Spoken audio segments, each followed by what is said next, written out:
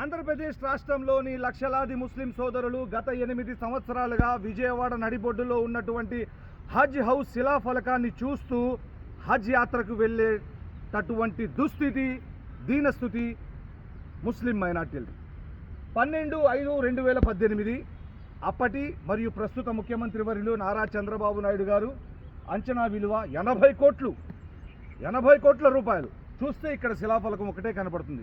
8 సంవత్సరాలుగా ఈ శిలాఫలకం చూస్తూనే కాలయాపన చేస్తున్నాంగా, మేము కాలాన్ని గడిపేస్తున్నాంగా. చంద్రబాబు నాయుడు గారు, మీరు హజ్ హౌస్ ఎప్పుడు నిర్మిస్తారు? చంద్రబాబు నాయుడు గారు, ఒక ముస్లిం సోదరుడు ఉపవాసం ఉంటూ రంజాన్ నెలలో మిమ్మల్ని వేడుకుంటున్నాడు.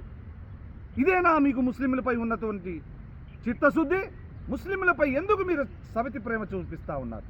ముస్లింలంటే ఎందుకు ఇంత చిన్న చూపు? చంద్రబాబు నాయుడు గారు ఈ శిలాఫలకం వేశారు అట్టహాసంగా. 2018 12/5 శిలాఫలకం వేశారు అట్టహాసంగా. మీరు నిర్మించేస్తున్నాం, అది ఇది 80 కోట్ల రూపాయలు, అది ఇది అన్నారు.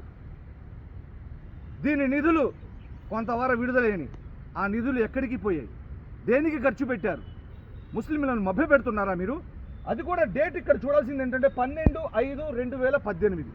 అంటే 2019 ఎన్నికలకు ముందు ముస్లింలను ఓటు బ్యాంకుగా వాడుకునేందుకు మభ్య పెట్టేందుకే మీరు ఈ యొక్క శిలాఫలకం వేశారా చంద్రబాబు నాయుడు గారు? మిమ్మల్ని సూటిగా ప్రశ్నిస్తున్నా. ముస్లింలను ఓటు బ్యాంకుగా వాడుకోవడమేనా మీకు ఇది అలవాటైపోయిందా? ముస్లింలకు హజ్ హౌస్ నిర్మించారా? మరొకసారి మీరు ముఖ్యమంత్రిగా 2024లో జూన్ 4న గెలిచారుగా. దాదాపుగా 21 నెలలైంది.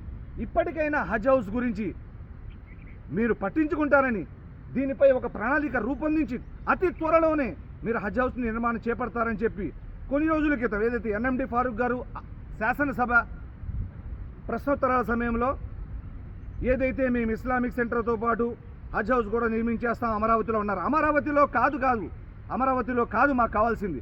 గన్నవరం అంతర్జాతీయ విమానాశ్రయానికి దగ్గరలో హజ్ హౌస్ ఉంటే గనక ముస్లిం సోదరులు, హజ్ యాత్రికులు హజ్కి వెళ్ళే సమయంలో సౌకర్యవంతంగా ఉంటుంది. ఈ యొక్క శిలాఫలకం వేశారు. ఈ శిలాఫలకాన్ని చూస్తూనే మేము కాలాన్ని గడిపేయాలా చంద్రబాబు నాయుడు గారు? ముస్లింలపై మీకెందుకు ఇంత సవితి ప్రేమ? ముస్లింలపై చిత్తశుద్ధి ఉంటే, ముస్లింలపై మీకు అసలైనటువంటి ప్రేమ ఉంటే వెంటనే అతి త్వరలోనే గన్నవరం విమానాశ్రయం సమీపంలో హజ్ హౌస్ని నిర్మాణం చేపట్టాల్సిందిగా కోరుతున్నా. కడపలో హజ్ హౌస్ కట్టారు 6 అడుగుల గోతిలో. వర్షం వస్తే సగం హజ్ హౌస్ మునిగిపోతుంది. అక్కడ డబ్బులు దుబారా, ఇక్కడ ఈ శిలాఫలకానికి డబ్బులు, మరియు ఈ 4.5 ఎకరాల ఈ స్థలంలో మొత్తం ఇటుపక్క అటుపక్క మొత్తం చూస్తే